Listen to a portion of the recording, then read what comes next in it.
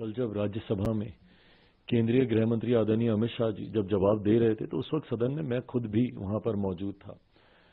कांग्रेस आज जिस तरीके से बाबा साहेब के सम्मान को लेकर चिंता जता रही है, ये वही कांग्रेस है जिन्होंने बाबा साहेब के रहते हुए, उनके जीते जी कभी उन्हें सम्मान देना जरूरी नहीं समझा। उन्होंने बाबा साहेब को चुनाव हरवाने का काम किया और तो और उनके जाने के बाद भी कभी भी कांग्रेस, उनके नेता, उनकी पार्टी ने कभी भी बाबा साहेब के सम्मान में कोई कार्य, कोई कदम उठाना जरूरी नहीं समझा।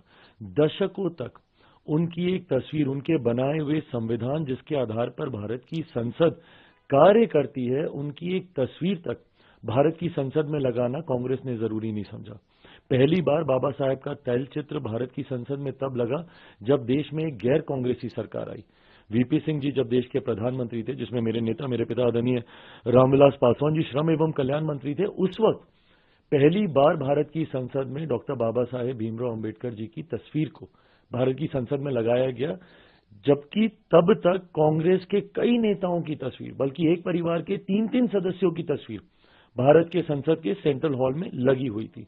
बाबा साहेब के सम्मान में इन्होंने भारत रत्न तक उन्हें देना जरूरी नहीं समझा, जिन्होंने हमारे देश के संविधान को बनाने का काम किया।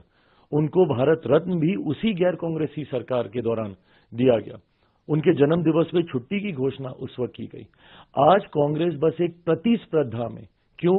क्योंकि हमारे प्रधानमंत्री आदरणीय नरेंद्र मोदी जी, हमारी केंद्र की एनडीए की सरकार ने एक एक करके बाबा साहेब से जुड़े हुए हर उस स्थल को चिन्हित कर विकसित करने का काम किया। भले वो मऊ में उनका जन्म स्थल हो, या जहां पे उन्होंने दीक्षा हासिल की नागपुर में उनकी दीक्षा भूमि हो, या जहां पे उन्होंने शिक्षा हासिल की लंदन में, उस स्थल को चिन्हित कर उसको विकसित करने का काम किया।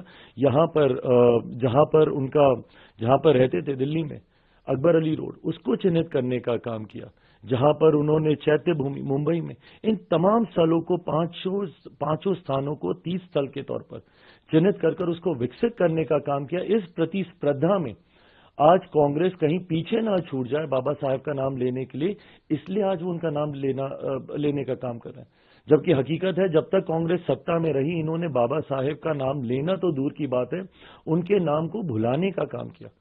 उनको जीते जी सम्मान नहीं दिया, उनके जाने के बाद उनको सम्मान देने का काम नहीं किया, और आज उसी कांग्रेस पार्टी को बाबा साहेब के सम्मान की चिंता हो रही है।